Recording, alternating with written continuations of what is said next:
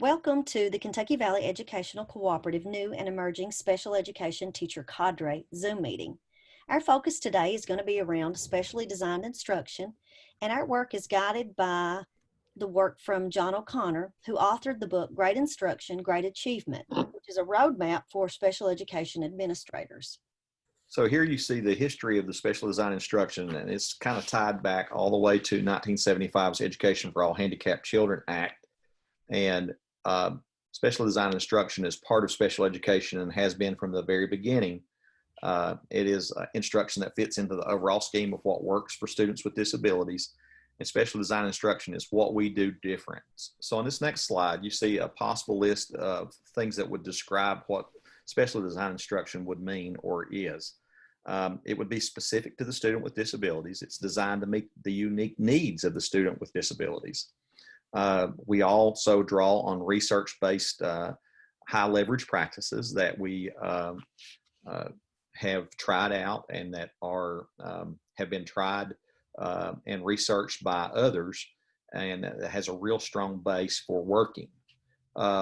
Specifically designed and described in the IEP, and it enables the student to meet grade level standards, gives access, provides that bridge between the grade level standards and actually meeting the student where they are, and then includes the alterations in the content, methods, and delivery of instruction. And that was a good mention, Denny Paul, that we're talking about those high leverage practices. So those are those effective high leverage practices that we find from the Council for Exceptional Children and the Cedar Foundation around what we know about good practices for delivering instruction for students with disabilities. Yeah, as a special education teacher, you have a couple of different aspects to look at. The first thing that you have to do is you have to understand that every student is unique. And so your instruction that you provide is going to have to be individualized for that particular student. You have to be able to analyze that on each student, their disabilities, the parts of their disabilities that causes them to have those weaknesses. So you got to be able to look into that, analyze what they need, and be able to provide the instruction for that. When you're looking for your instruction to give those students, you got to look at your practices and strategies that, as Denny Paul mentioned earlier, they need to be research-based and be done with fidelity. And also, one thing that you have can sometimes resource room, it's a lot easier to do, but you also need to be able to provide that instruction also in the general ed classroom as well for those students. And then just make sure that it is individualized in the general ed and in your resource room. And then in addition to providing that instruction, then you still have your compliance duties and your other duties assigned as well. And that involves your IEP writing, your progress monitoring, and things like that. And that your analysis is ongoing as well. You can't just analyze them at the beginning. It's that analyzing of their needs is ongoing. In the book, Great Achievement, John O'Connor says that there's some things that we should focus on. We should all have our own list. And this is his list, really, and we've kind of compiled this for you to kind of think about it and evoke some thinking from you in regards to you're developing your own list. And he even talks about when you're talking to parents, can you emphatically describe what you're going to try to do with each student individually? And a big part of that is being able to understand what that list is going to look like. And so he included some things that he feels like from those high leverage practices, from that research base and years of work, that he came up with this list to, first of all, in your teaching, drastically increase practice turns and then provide immediate specific feedback. If you're teaching, you need to be assessing all the time. It needs to be ongoing. The formative assessment needs to be built into your teaching, and you need to be able to let students know, are they having success on a particular concept that you're working on, and give them that feedback so that they get some push from you, and it also builds their confidence. And then he says provide explicit instruction. We all know about Anita Archer's work, where we're just really, really exact in prescribing how we're going to teach. having clear targets, and providing just real explicit instruction around whatever topic that we're working on. And then he goes on to say, extend that, and if you're, it's very important to have students understand vocabulary. If they do not understand the vocabulary of the topic, then it's going to be very hard for you to move to more difficult pursuits, such as, you know, application and synthesizing information and maybe creating something from that information. So you're going to have to really, really work hard to set a good foundation for vocabulary. And students with disabilities, if you look into their makeup, lots of times they have difficulties around vocabulary, understanding words, being able to speak words, being able to use words. So that's certainly something very important. And then implementing fill-the-gap interventions, certainly interventions that may not be part of their immediate plan, but they may have some gaps in some other areas, and you would need to identify what those are and fill in those gaps around their major gaps to support the overall learning of the child. And then incorporating metacognitive instruction, and this is helping students to think and reflect about what they've just learned. And one of the good things that we saw from Anita Archer was that think, pair, share, and write, and where you have students reflecting pretty consistently and pretty often in your teaching about what they've just learned, so that they're thinking back through that and they're developing that metacognitive process about what they've learned. And then, of course, implementing effective behavior systems is another situation that you would need to address, especially when you have students with disabilities that have those behaviors that just seem to disrupt things and cause maybe learning to be impeded. And when we're talking about drastically increasing practice turns and feedback, we want to provide the student with, well, let me go back. Let me go back and say, Anita Archer is the proponent, and she really come up with and coined this phrase, I do it, we do it, you do it.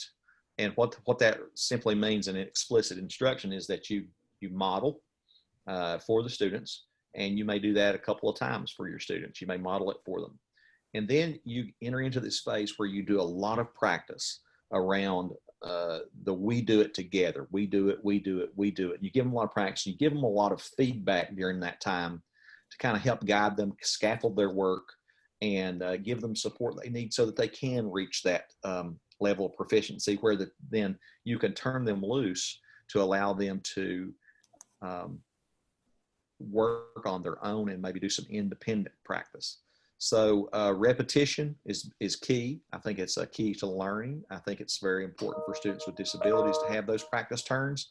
And while you're doing that, it's not going to be effective unless you're able to provide immediate, specific feedback on how they're doing.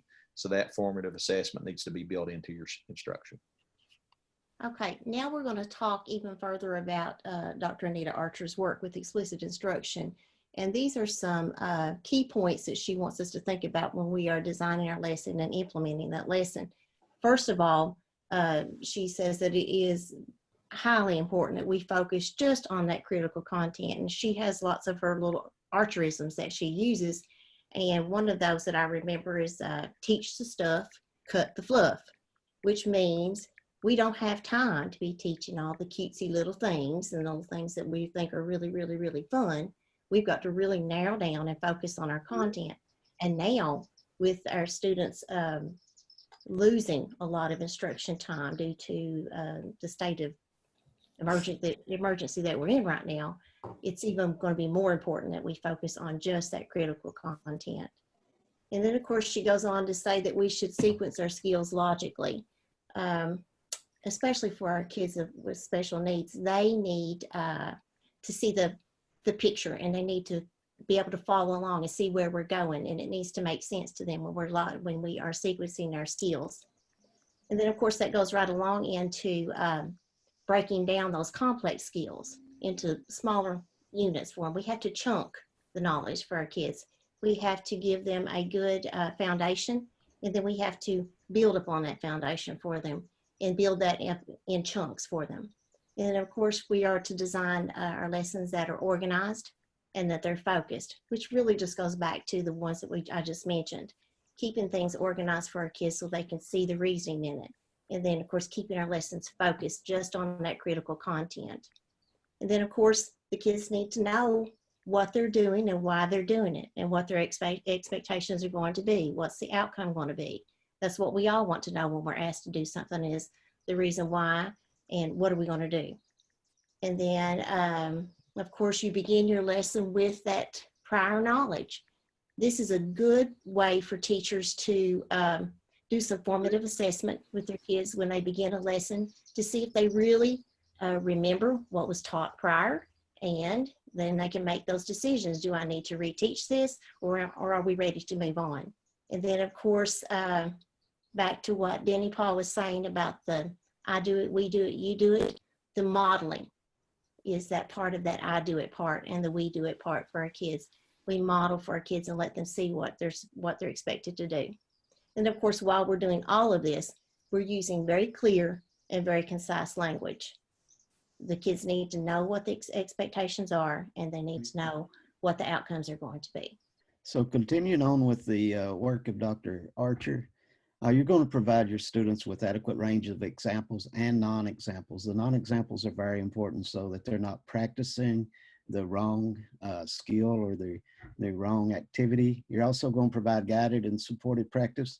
And as their ability levels become more in depth, they're going to gradually take away those supports and those guides, scaffold your instruction so that their skills build upon the other skills that they have already accomplished. Going to require frequent responses, and those responses can be varying modalities.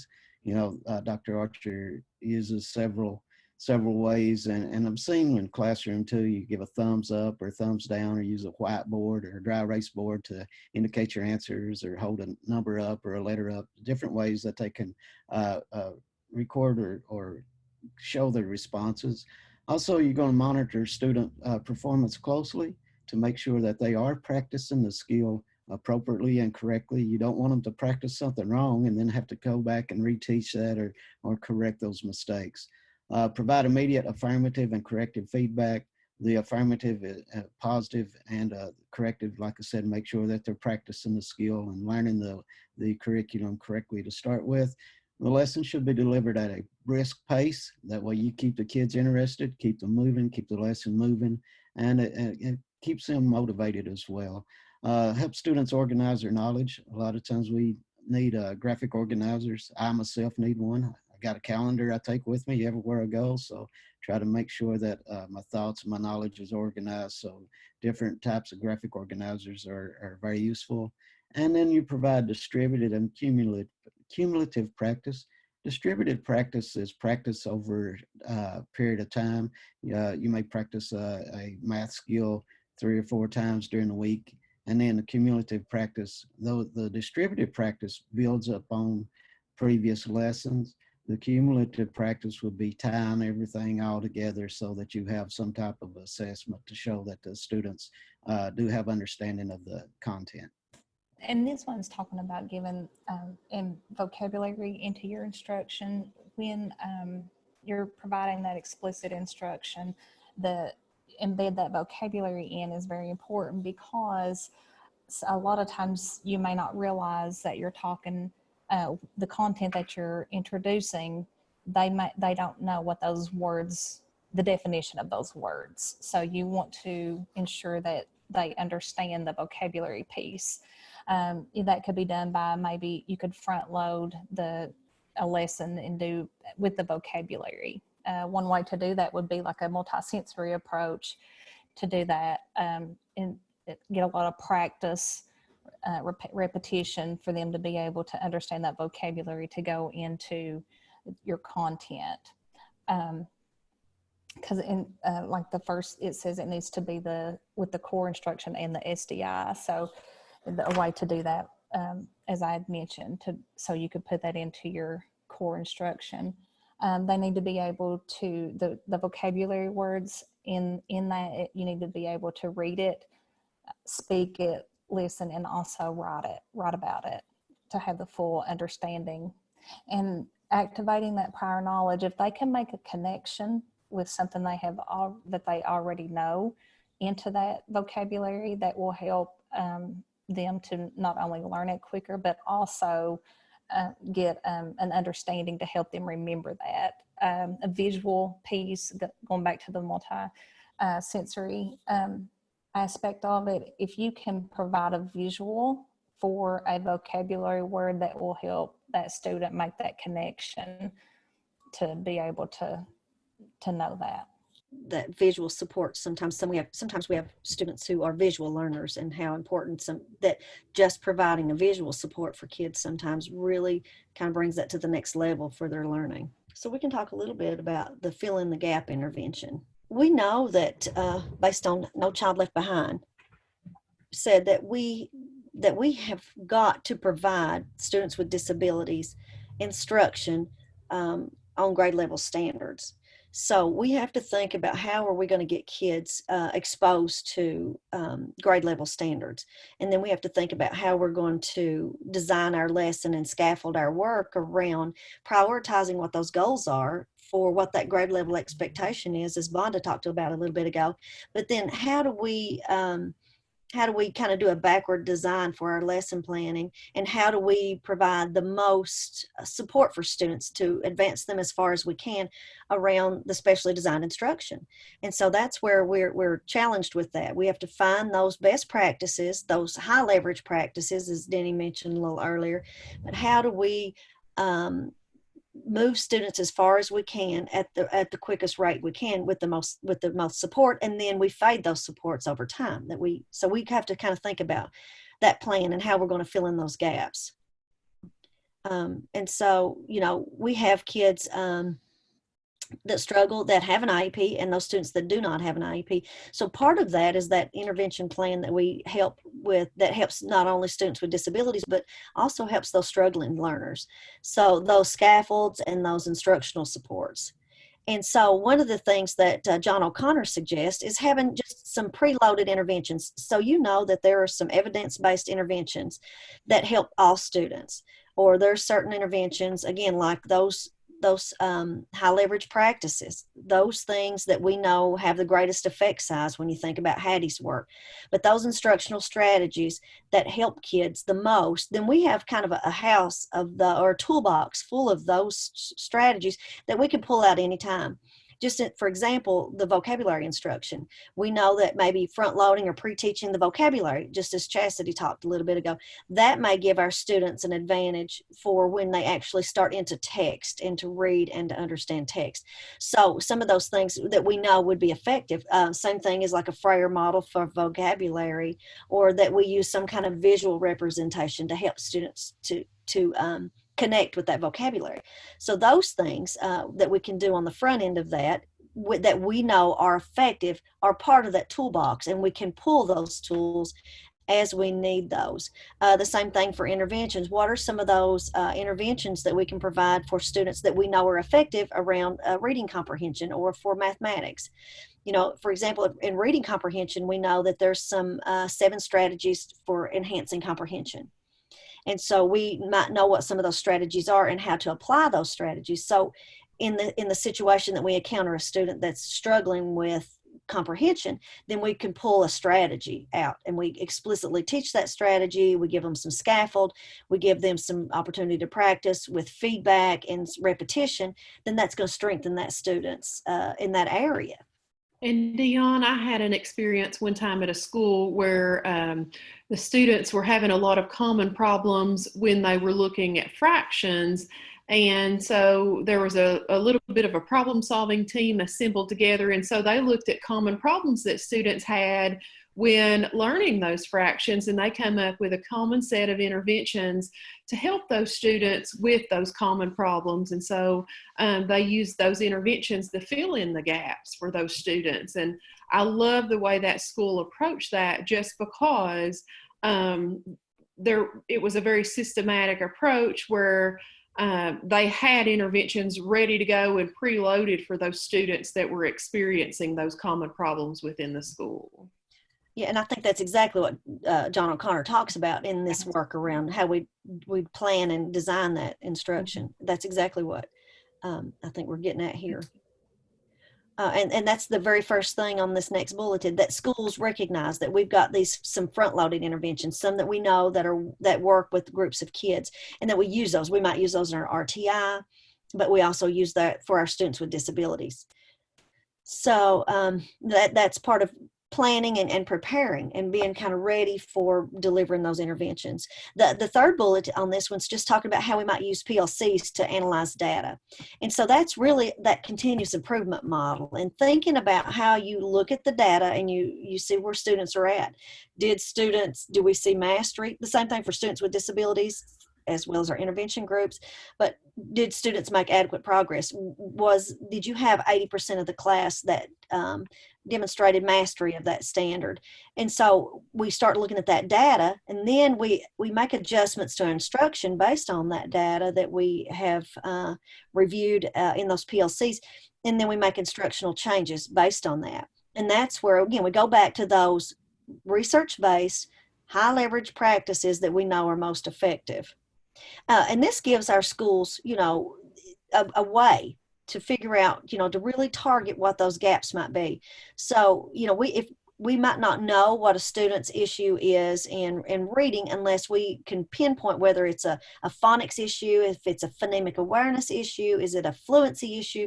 But once we are able to assess formatively, then even with interim assessments, formative assessments, summative assessments, but we look and see where kids are at, and we help to pinpoint what those deficits are, and then we start developing those strategies and resources around that. And so then we think about those foundational classes at the high school level, and what is it that we're doing to support students at the high school level and advancing them more toward graduation.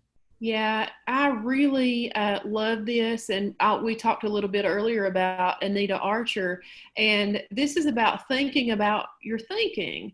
And so in this particular situation, when we went to Anita Archer training, she stood up before the classroom of adults and she modeled her thinking. And so it was a think aloud. So she actually looked at the same content that the kids were looking at on the screen so the students could hear that. And then what she did was she spoke almost in a whisper, but in the type of voice that the students, being us in the classroom, could hear her. And so she really modeled what she was thinking out loud. And I loved it because I think she had looked at some things in the past that students may have had trouble with on that particular topic, and she kind of talked that out to herself so that the students who were doing the assignment at the same time as her could have a prompt or a visual or a model of how to think about that. And so I love that because it gave students a way to visualize their thinking through hers as she modeled that. And I love this example here. It's talking about a high school student, and they had 15 topics, and they could write an essay based on those 15 topics. And so the plan was that some of the topics that didn't have any interest to that student would be eliminated. So the steps were that the student would choose 3 topics that interested her the most. And so I love that because that gives the student some choice as well. And so then she listed all that she knew about those topics. And then from there, she chose the topic that she had the most interest in. And so that gave the student an opportunity to think about it before choosing a topic. So I really love that idea. And then there at the bottom, it talks about drafting that position statement and developing some topic sentences. And I love this, developing a hook. What makes it interesting to the student? I love that. But that thinking about your thinking, I think some of our students with disabilities really struggle with thinking about their thinking sometimes.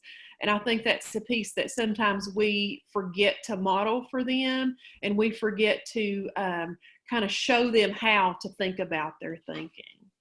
Mm-hmm. I think that's a good example. Students with disabilities often struggle with pre-planning for writing. You know, they'll jump right in and they'll start writing something. And then as far as editing or going back and revisiting and reviewing, they don't want to think through that process necessarily because they don't have a strategy for that. So if we give them a strategy for that and the planning and the pre-planning, you know, and this one's a good example of pre-planning for that. Again, how we can have kids think through that, their own thinking process and reflect on them. Yeah. And I think that's part of that front loading is too, Dion, to get them that hook of something that they're interested in. And I think that student is more likely to stick with that task and finish that task out when they have that hook. I agree. So this one's just following up what Cheryl was talking about. You know, our students with disabilities, they do have trouble thinking through those social situations sometimes. They think, you know, and think about those students that are having trouble. You know, if you're taking multiple classes and you have to think through those classes and pre-plan and plan and organize for those, you know, that's a big task. And if you have trouble with organizing your thinking around that, or you know, a structure or a process for working through that, it's pretty difficult anyway. So that's why our students with disabilities, they just they don't have some of those strategies and skills for that pre-planning and thinking through that. So that's why it's so important that we help with those. We give them a practice or a strategy and we let them practice it and we give them feedback on it. The other things, you know, they have, if you're thinking about students with social emotional issues, thinking about all the people that they interact with during the day, and they have to have a toolbox of different strategies for interactions with different people. But also, you know, we sometimes forget, Dion, I don't mean to interrupt, but we sometimes forget that the IEP needs to be functional.